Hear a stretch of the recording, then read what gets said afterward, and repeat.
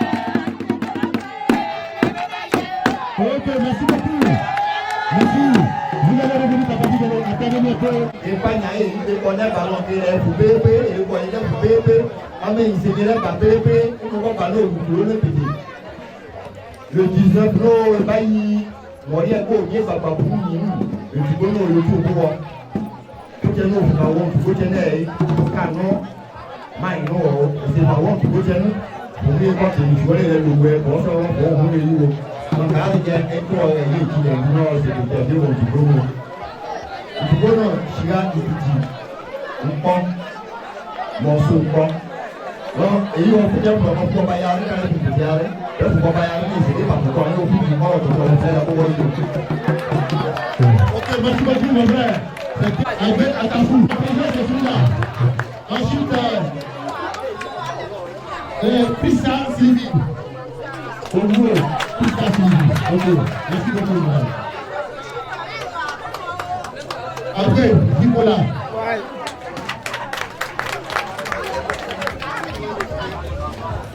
Obéi. Et Andy Nicolas. Voilà, ils sont au nombre de 5 hommes et une femme. La présentation n'est pas juste. Vous regardez le concours du plat, le plat est présenté comment, c'est accessoire, c'est noté sur 5. Ensuite, il y a assaisonnement aussi qui est noté sur 5. Assaisonnement, nos mamans qui sont toujours à la cuisine, elles savent ce que veut dire assaisonnement, si le piment est trop, il n'y a pas assez de sel, il n'y a pas tout le piment, etc. Maintenant, c'est qu'on les cherche. Le point clé du repas. Quand on mange, qu'est-ce qu'il recherche? Il recherche le goût. Donc le goût est noté sur 10. Goût plus assaisonnement plus présentation, ça fait 20. Donc le plat est noté sur 20. Vous êtes 5 membres de jury. Chacun donne une note à un plat. Après avoir fini, vous additionnez et vous faites la moyenne. Donc le premier membre de jury a donné 2. Le deuxième a donné 4. Le troisième a donné 5. Le cinquième a donné 6. Vous additionnez et vous divisez par 5. Ça fait la note du plat. Donc, on peut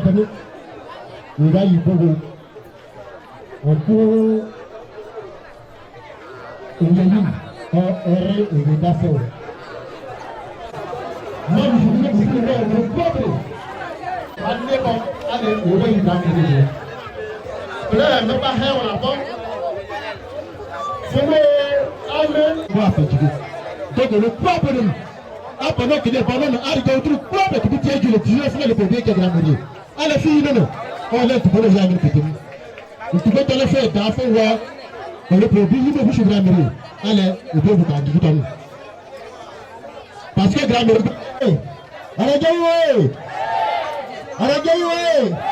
on va un peu vite parce que la marraine a un programme chargé. On va appeler ici le premier groupe déjà.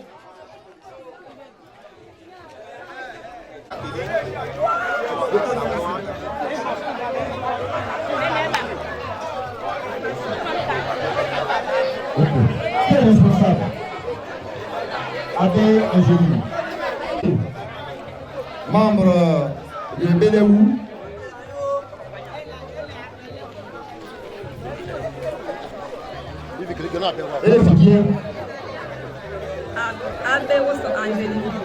Elle c'est Abbé Rosson Angéline. Elle est responsable de Ebeleou, le groupe Ebeleou d'Aragui. Elle c'est Yapi Eba Clémence. Elle est membre du groupe Ebeleou d'Aragui. La quatrième personne est empêchée, elle arrive. Amen. On est à gauche, côté du groupe. Et les fâches pas qui sont là.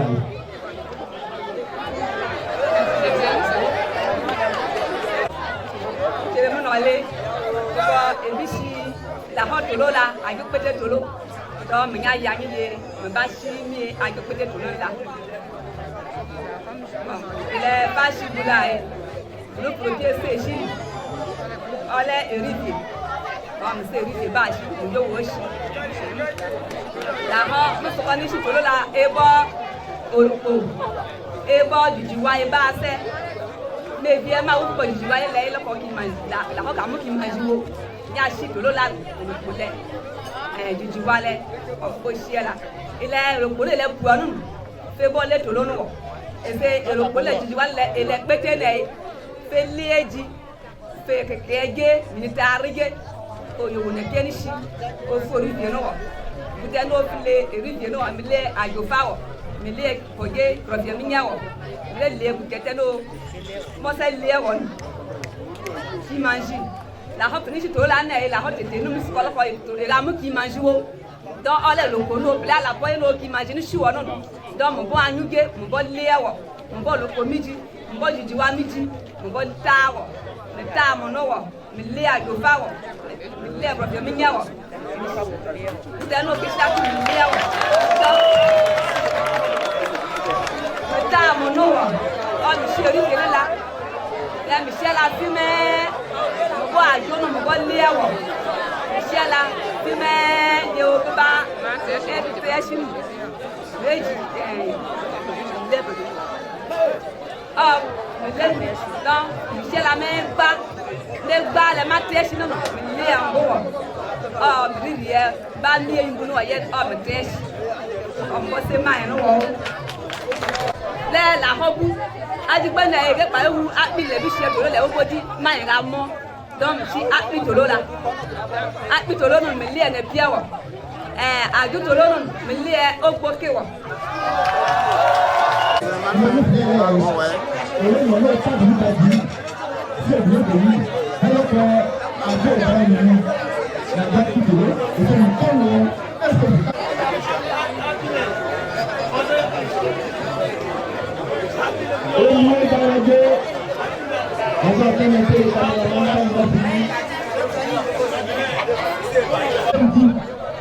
au niveau d'Arangé. Ce groupe se nomme au niveau d'Arangé. Responsable, c'est Kwasi Jacqueline. Quel Kwasi Jacqueline? C'est quoi il fait foutre là? C'est quoi la communauté? Kwasi Jacqueline. Comment vous êtes ici? Moi, vous avez ici. Saya bukan oleh lele papa jadi. Saya bukan oleh lele no semai no wajib. Kehaya no bisi gula. Wala saya. Kehaya no bisi gula. Kibini no. No kafra o le bomu blasio. Se gbegbe won kenyi o kono. Yese. Bawo ru Ọlọ́run se le ye fuje apate esiburu la koko ebisi adupete tolo ale bu pase mai no apate adupete tolo ne ni sinu no kwa ko fide dian wo bi ebo buje o ni peti gba ga dibu ka eji bu pete ne le opune ga yese donc o kuma se le entrée ge et les salades o pase et les mam de journée o bi eti tonu ale adipete no ugo suwo tolo ne ni siala no mi fait brochet fumé ma fait viande de bœuf bien fumé mi fait chose nkokoro pété no wahe ma fait ajakanye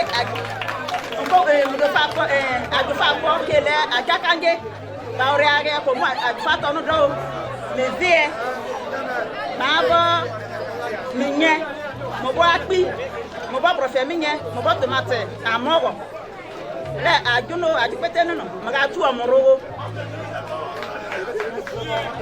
ma tu adipete no moro mi si adipete no la me musuwo bo ba keke le ma bo ru je no mo bo shi la no mo bo ne piano ru ne pia pete no le ji mu jo wo sha yo ha le mi shirale mo bo le ru je no fime me ti no so pa bo brochet pete no mo bo liewo ni ti eni no mo bo tomate no mo bo tomate bulge no mo bo liewo ma bo profet mi nye mo bo liewo ni ti eni ti me mere ne ni chi ayo wa hige no ble ma bo ati no ale mi nyele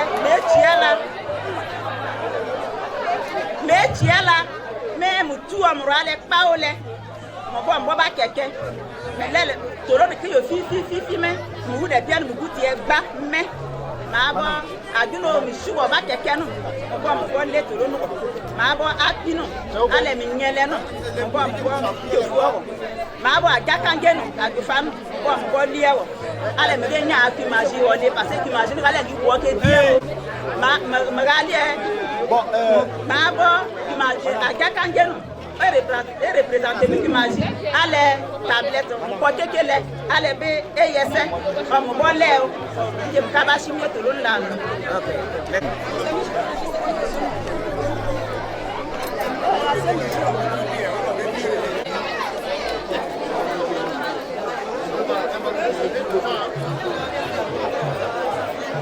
Groupe d'Aragé du Nord, on vous hier, responsable à Samoa Adé Cécile. Qui a Samoa Adé Cécile?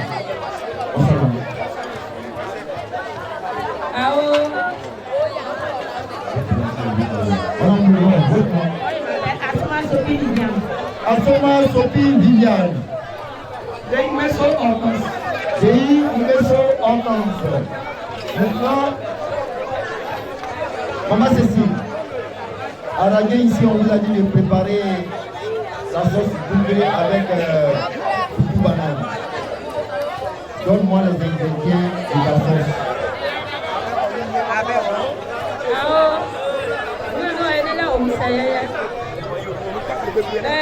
Koko bishi aji potato lola agbate tolo nunu mi bia o to e ti gba e mo jo guje ko si o yo guje si o to la mi si e guje nla mi ta mi juwo e ji na piani si o yo wo si mi si ala mi le o go mi le mi nyawo mi le akiwo mi le pa o le tieni fime mo washi legie lele mo pa gele nya jeje legie ko yese o etesio mo wale ala ho chi o mo wase ya ma eno gbegbe bu ole o funu keyi fu pe funu kan fu pe meli o funu ejiwo o wase o telu bu ko lo.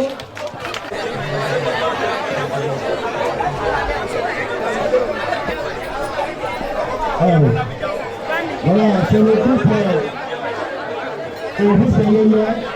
sauce aubergine. Comment il a sauce aubergine? Tolo batolo. Tolo batolo. Allez ma poulet. Allez, en polongoro le. Et ne m'a lié ne piawo. Mo ba te chiela. C'est doublement intelligent. Dungole no mo ba wo te chiela wo te pété. Oui, wo te pété. D'accord, OK. Elle, c'est son secret. Avec le poisson Apollo-Magne, c'est ça, non? Apollo-Golo, le gros poisson. Ah, d'accord. Vous avez réservé un peu de temps. D'accord. Donc, merci, allez-y, c'est vous. Allez-y, c'est vous. On appelle ici le dernier groupe. Le groupe, le commissaire.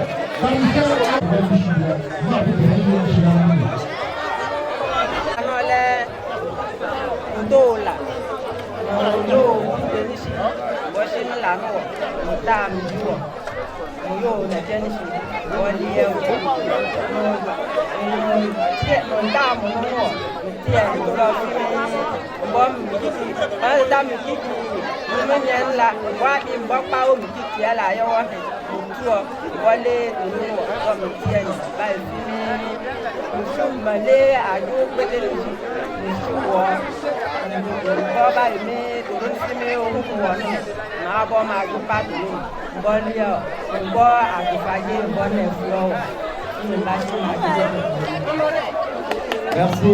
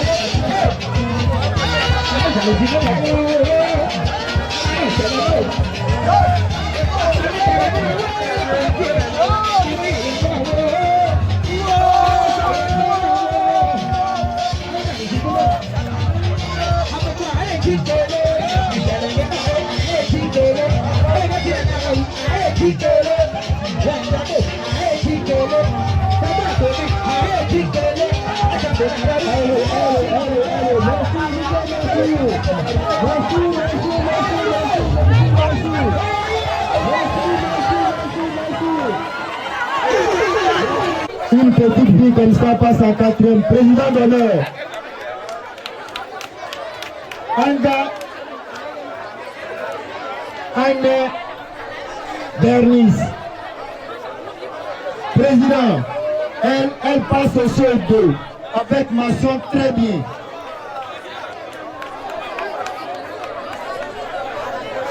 Divi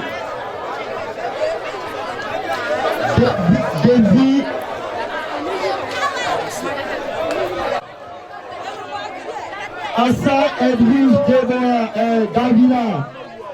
Assa Edwige Davila. Elle passe au CM2 avec mention très bien. Voici Julie. Oh, voici Julie. Oh, marraine. Elle, avec sa petitesse, son âge, elle passe en première A au lycée 2. Laure Espérance. Elle aussi, avec sa taille, sa petitesse, son âge, elle passe en première A au lycée 3. Monsieur le Président d'honneur, Madame la Présidente de l'association, Madame la Marraine, voilà le futur cadre de ce village.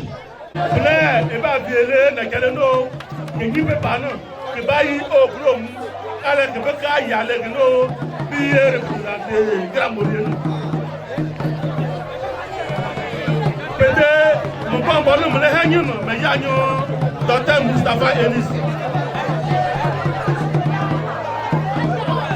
Mon bon docteur,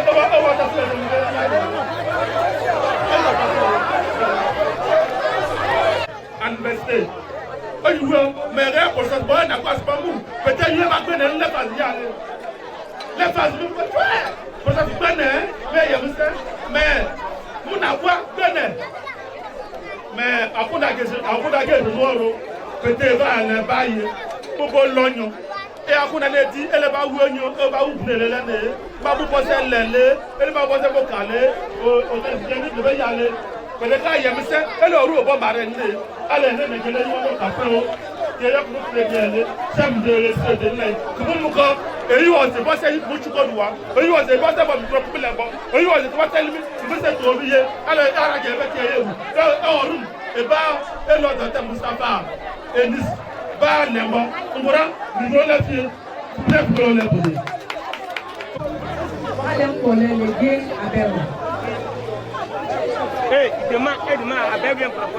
Monsieur le Président d'honneur, Monsieur Didier, Madame la Présidente de Esseki Eyuro, Madame Dou Aline,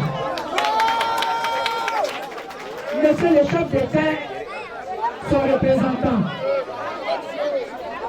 Monsieur le chef de village, son représentant,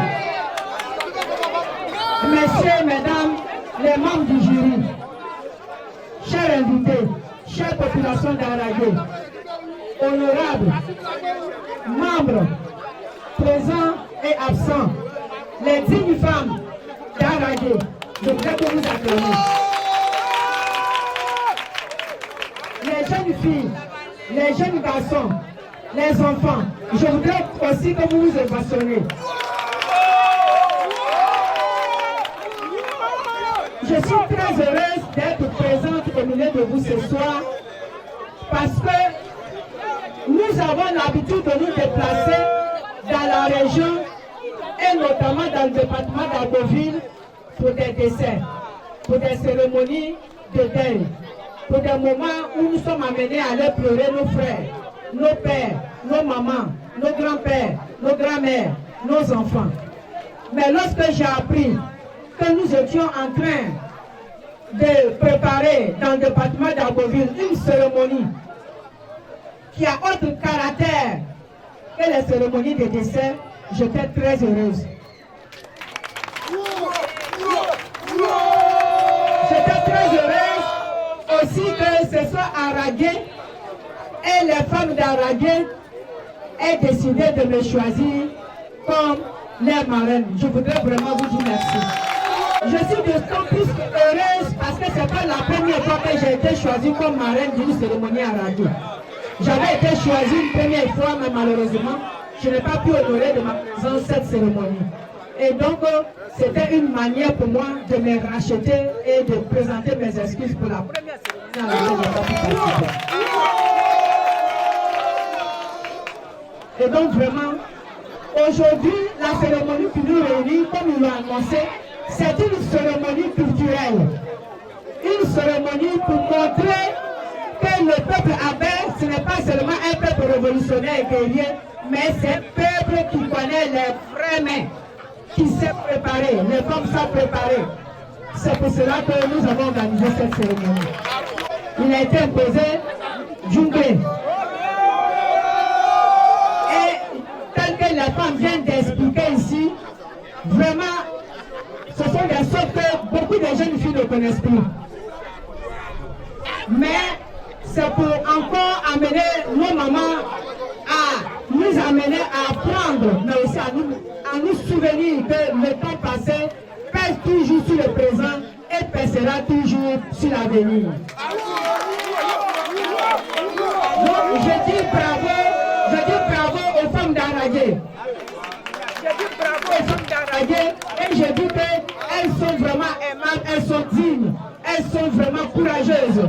Et cette cérémonie, je voudrais le rappeler, ce n'est pas une cérémonie qui doit s'achever par les palabres, par les injures. Non, elles ont tout expliqué que c'est pour nous amuser. On fait ça pour choisir un gagnant, pour vous représenter tout le village pour la cérémonie dont la finale aura lieu à Grand Mori le 19. Donc, vous ne devez pas, après le résultat qui sera prononcé ici, vous chamaillez et vous boudez parce que votre plan n'a pas été choisi. Je voudrais vraiment que cela soit épargné.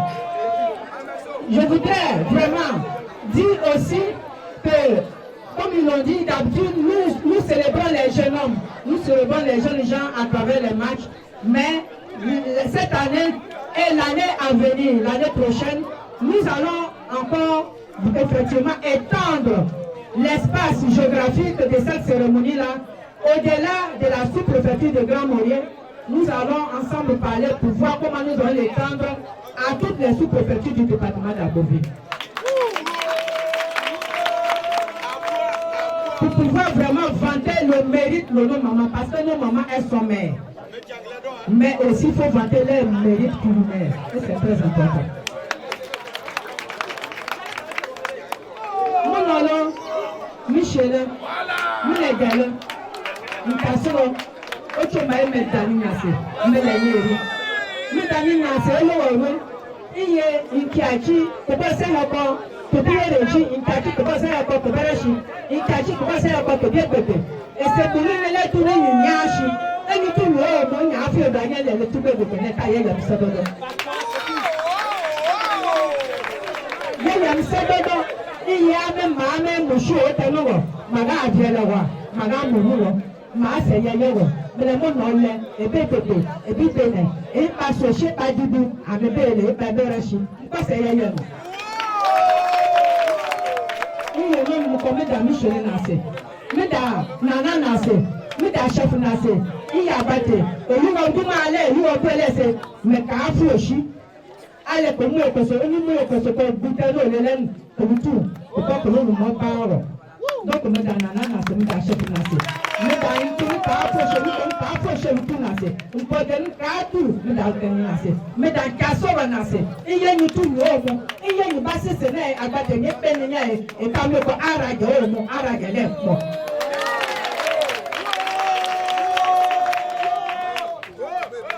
me vie ye ba o mu no go ga papa ni shi ni e mu ni chitu ene yi pe yele eni ya buta no peke nya ne ba ni wo eni ti ni ti eju ni o ale ni eju papa so ba yi ti ko don o le mese eni mo no le mese eni na buta ne ni e ti en o ne shi bu la ni bi she la ya sa la re de bo ko ni ti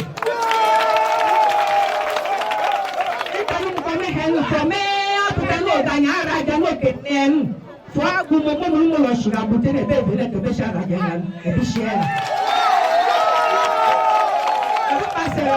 Kuputani mara ja bo seye e ba bene.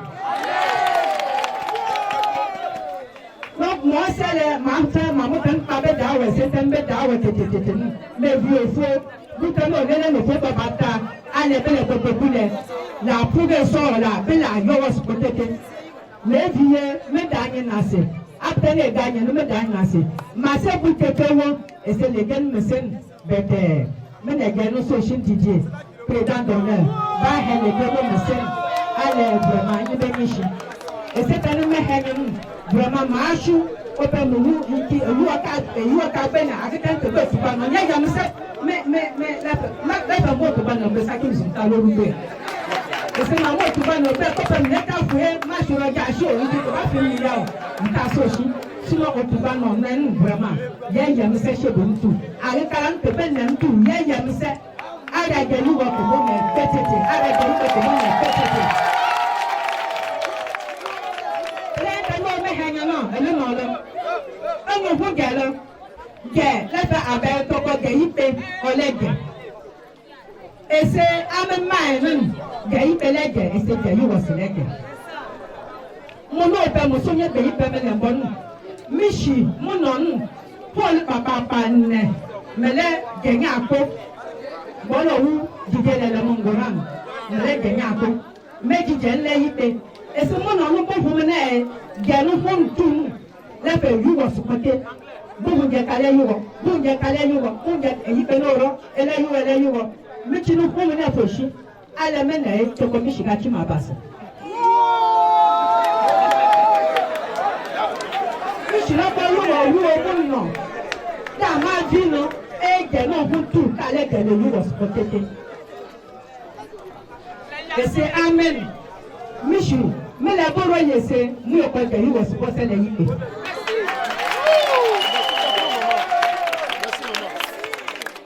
Ame mi shoroi et c'est ame tanu melele mi sheyi bi ki eru nu mele. Ntan melele mi shi apo do ku gen la bo mi pa ga yi wole ayo nto na se mele. Ntan me hanye no fo fo ga yi wo ga he peso ko buso shi ale bi ke fereji. Mi shi mo no he mo no lo ko fo ga le yo ndo. Itani ti ajunu ngoran lo bi te fere jibu so oye bibi bele be fo na lo kana jiso ni jugement abo no mo kemena ba mo ne na kwatoro awu shuko tu aba o mi na kwate ese mi na kwate le fe ya pata no olombo de no ta mi ko ya nya no mi na kwate le ma cheji we mi na kwate ni mi no iye mo hutu me yi no o pi mo yi no pi ma shun se ya ya mo yi na ro pi we oye ntonu eji so tono wo sase akona tan me jin kwa eye ikiri ba sa ko yin me se mo sa ko yin ko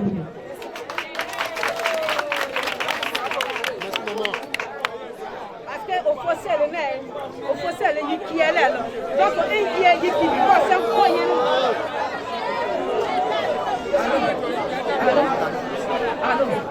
eye ikiri ba sa ko yin o yo no bí wàá bọ́ sẹ́kọ̀ọ́ yíyan iyọ̀ náà ibẹ̀ kì í ṣe bọ́ sẹ́kọ̀ọ́ yíyan jáde. wọ́n lọ rú mi nẹ̀gẹ̀lẹ̀ yóò jẹ́lẹ̀ òfẹ́ kù fún mi jẹ́lẹ̀ ń kù fún vraiment mẹ hẹ́ni bravo félicitations fille bravo parce que elle a l'âge de ma fille bravo à mes filles bravo à mes enfants. Parce qu'elles ont travaillé. Il faut que nos mamans encouragent les enfants. Il faut qu'elles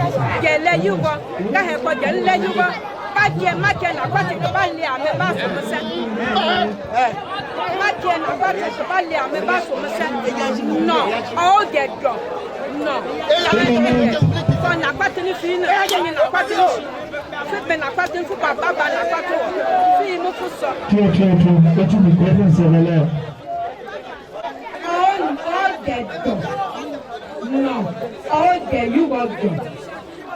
Òun jẹ́ oyè náà jẹ́ni ká lẹ́yìn pé wọn ló kú ṣú àgbàdo tọkọ yìí wọlé intensi kí ẹ nà pàtẹ máa bú bẹ́sẹ̀ fẹ́ àmì bẹ́sẹ̀ fún ẹsẹ̀ nọ́ọ̀nù ọ̀hún kẹ̀kọ́ nọ́ọ̀ lẹ̀lẹ̀ jẹ́ sólówó ọwọ́ ọ̀dọ̀ mọ̀ mí ẹ̀ tẹ́ mọ̀nà ọ̀hẹ́mọ̀ náà mọ̀nà ọ̀hẹ́m kọ́ méṣì ọ̀hún mọ̀ náà sẹ́ni àmọ́ àwọn mọ̀nà ọ̀hẹ́m mọ̀rọ̀ ẹ̀kẹ́ yìí mi màá lẹ́fẹ̀ẹ́ tẹ̀ mẹ́mẹ́rẹ́ rẹ̀ mẹ́lẹ́yìn ọmọ nàìjẹ́ yìí wọ̀ ọ̀gẹ́mẹ́ bọ́ọ̀sì òṣìkò kàkà ẹ̀ kó gbá ṣe ẹ̀ ẹsẹ̀ Mishiro ese mabosh opuru mabo opuru mabo mishopupu mokoro mishayo hu parce que me na pate ma me mo so ame ye mushuno iye mushuno pe me ya yabu université no e ibe ya ne ke yabu no le yo mo ani se ke le yabu université ame mbadale ki 6e que pas fait BPC que puis première que fait terminale que fait duel 1 que fait duel 2 que fait licence que fait master 1 que fait master 2 que fait doctorat dernier diplôme que fait doctorat diplôme arrêt par nombre fait doctorat faut aller assistant faut les mettre assistant faut l'agréger là fait finir la partie pour ta chose ah même il n'a pas tout pour chose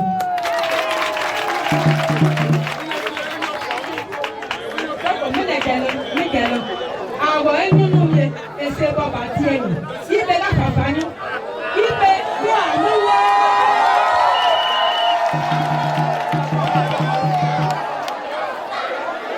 ibẹ mú àmúwọ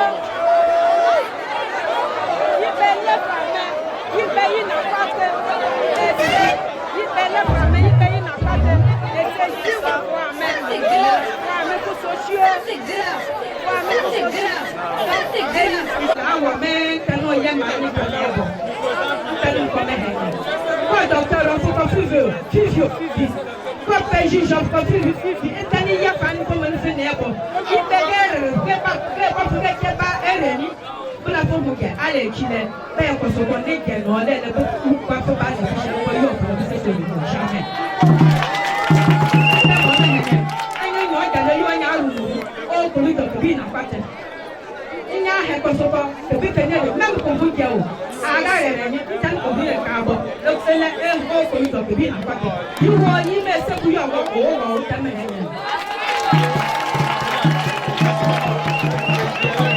o mari shi o do ajo no ate keke mo kasige keke mo nye se yu ano lo ko de mono conseil régional ma ku ma conseil régional mais le président de la commission des femmes et de la jeunesse. Président de la commission des femmes et de la jeunesse. Donc, il y a du monde de parler comédien. Il y a eu un essai tout. Moi, c'est d'abord, moi, c'est Kayiki, moi, c'est un mot que nous m'avons dit. Il y a un il y a un il y a Vraiment, merci beaucoup. Tes mots nous vont droit au cœur. Des mots pleins de sagesse. La marraine.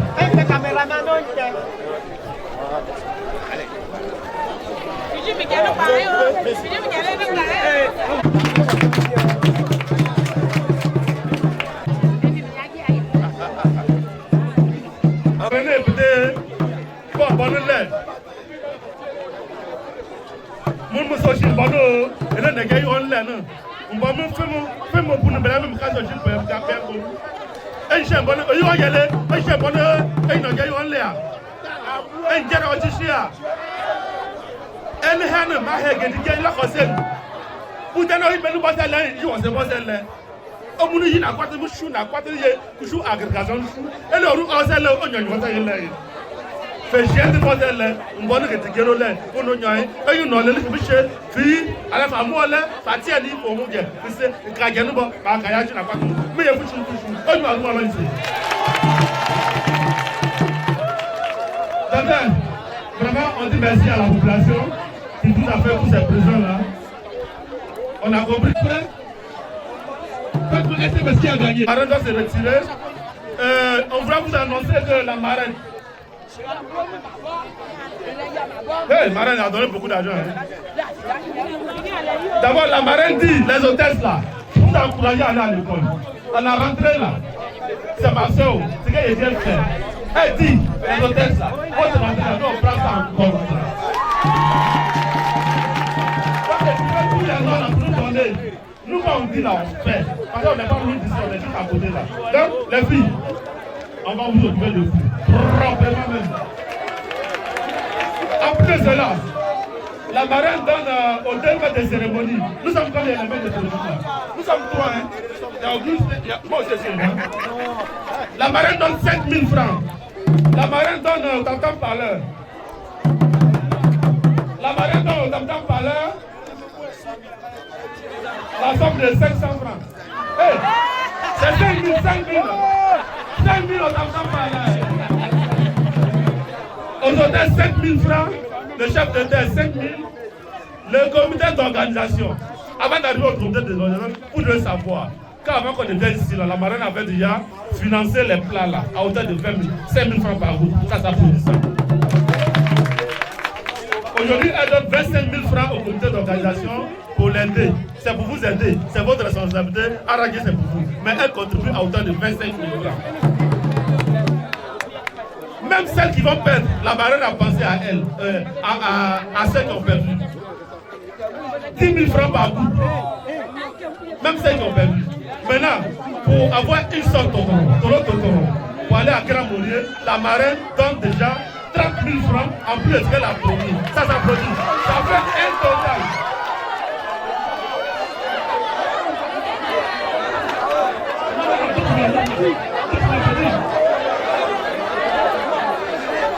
Le groupe va gagner, après va donner encore, mais aujourd'hui elle donne 30 000 francs, ça fait un total de 105 000.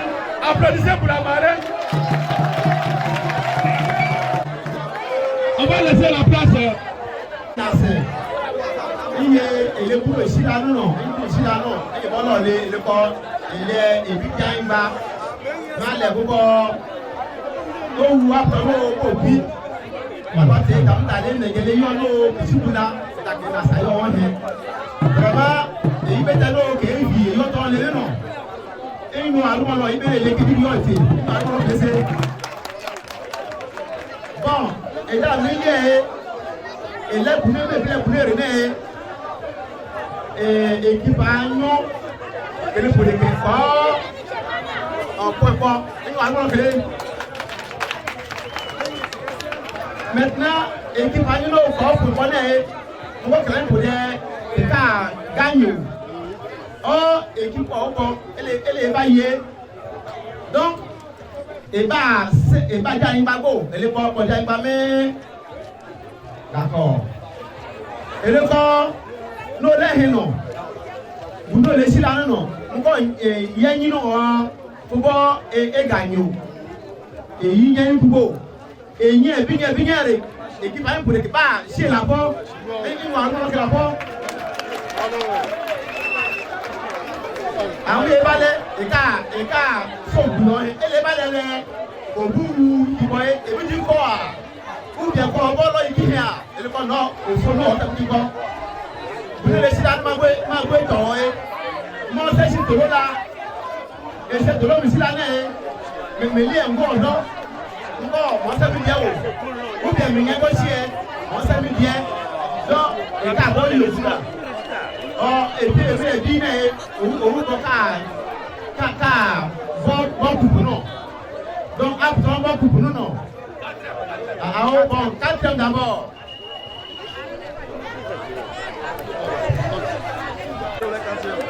On est 4e, oh, tout, 60. 3e. Oh, c'est yaya. Oh, 13,00. Play, il gagne l'eau. On peut pas, non. Oh, les, au mot, les, redamsele. Play, gagne, l'eau. Et une autre, non. Après, on a volé, redamsele. On a volé.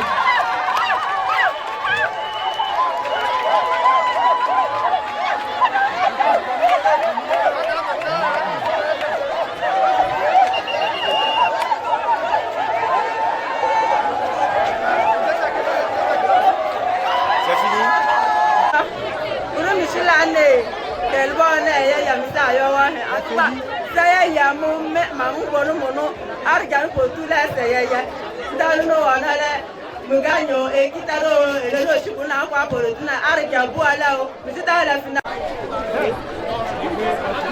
ya bubu kwa ese mbaso keke ko ma ye nko ma ye dibunu mi e je ma ba le no la fo ba u ko ba ye mo me ma no tie ke dire ah voilà Yimle marraine gagnant de photo que canon grand moribou voilà bon.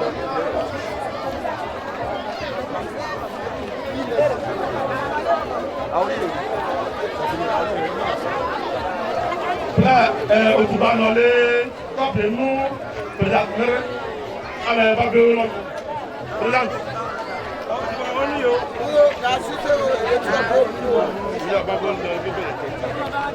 Aïe.